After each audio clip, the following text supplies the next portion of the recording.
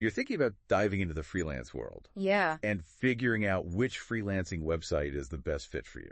And it really is a big decision. it is. It's like picking your neighborhood, Yeah, exactly. Like, where do you want to hang your hat? It really is. We've got all your notes and research right here, ready to kind of dig into it and help you figure out which freelancing website is going to be the best for your specific needs. Yeah.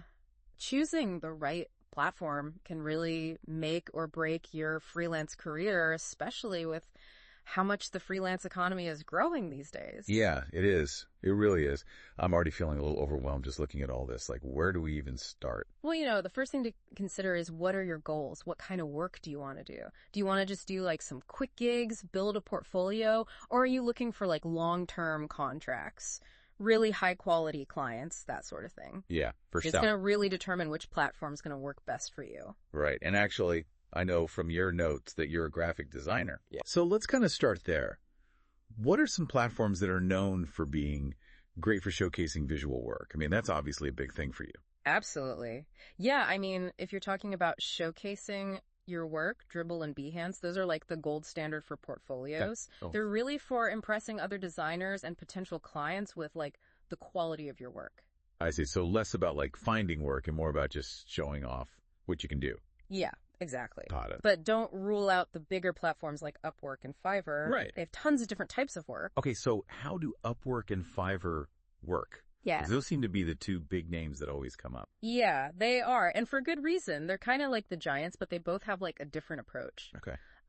Upwork is more, I'd say, project focused. They have like a really robust system for managing projects, and they really emphasize those long-term relationships with clients. Okay, I see. Fiverr, on the other hand, is more kind of like the quick gig in and out kind of platform, you know? So if I wanted like a logo designed, I'd go to Fiverr. But if I wanted someone to build a whole website, that might be more of an Upwork thing. Exactly. Okay, interesting. And here's another thing about Upwork that's kind of cool.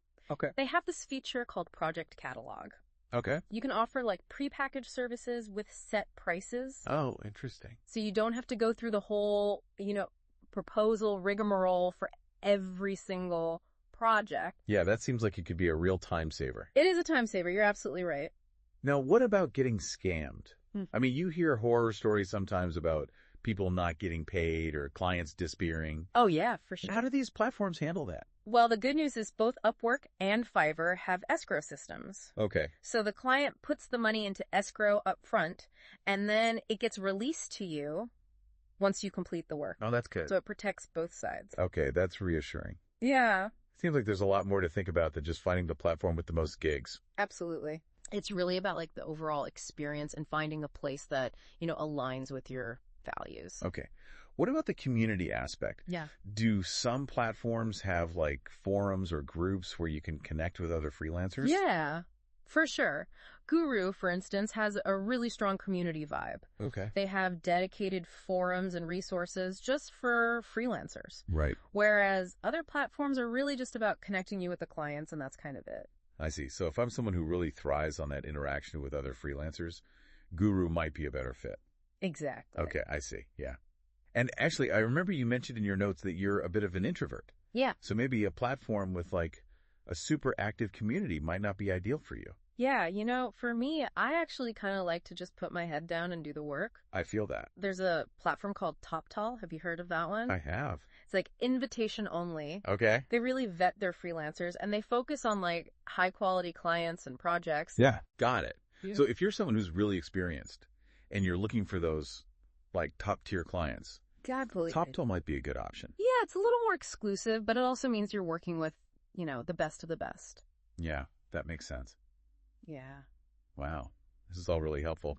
So as you're kind of navigating these options and figuring out what's going to work for you, what's the one key thing you should keep in mind? Think about alignment. Do the platform's values and the way they operate resonate with your own work ethic and preferences? It's about like the vibe, It's about that gut feeling. That Yeah. gut feeling can really lead you in the right direction. I love that. That's such a great point.